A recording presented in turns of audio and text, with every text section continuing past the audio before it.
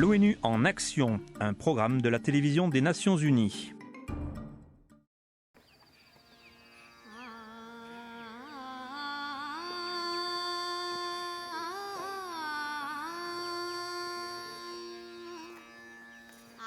Au nord de l'Inde, l'Assam est un État riche en rizières innombrables et en jardins de thé. Cet endroit est aussi le foyer national de la faune, tout particulièrement des éléphants, ces animaux vénérés depuis des siècles par la société indienne. Mais les cueilleurs de thé ont récemment commencé à s'inquiéter car ils sortent de leur habitat et errent dans les jardins de thé. Les cultivateurs de riz se plaignent eux aussi que ces animaux détruisent leurs récoltes.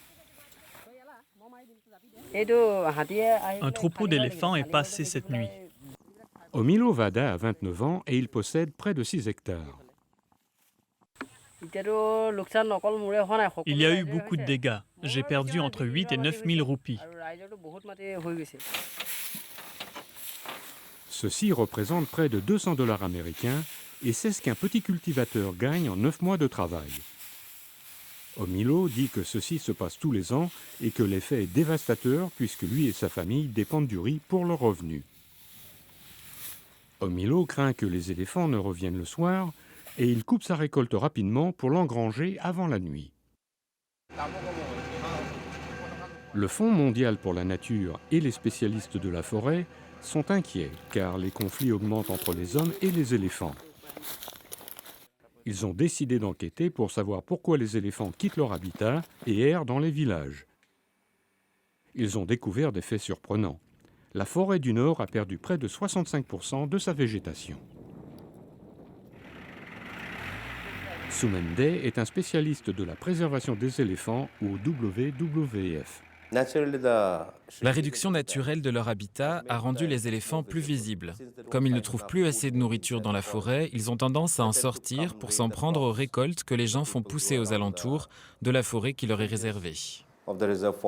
Afin de protéger leurs récoltes, les villageois se servent de pétards fournis par le WWF pour faire peur aux éléphants. Mais ceci n'a marché que pendant une courte période car les éléphants s'y font rapidement. Les villageois ont dû penser à des nouvelles stratégies et ils se servent maintenant d'éléphants domestiques pour chasser les sauvages des rizières.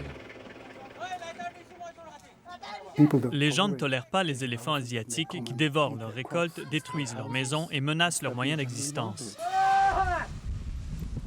Tom de Meulener est un coordinateur de CITES, la Convention sur le commerce international des espèces de faune et de flore sauvages menacées d'extinction, qui bénéficie du soutien des États membres des Nations Unies.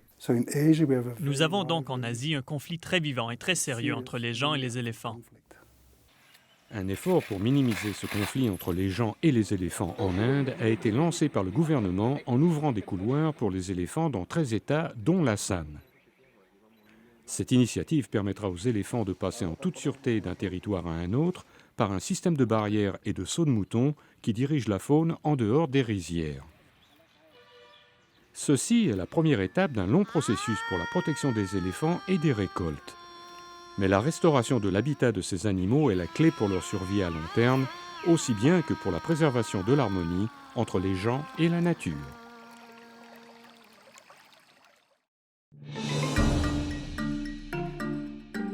Ce reportage a été préparé par Mary Ferreira pour les Nations Unies.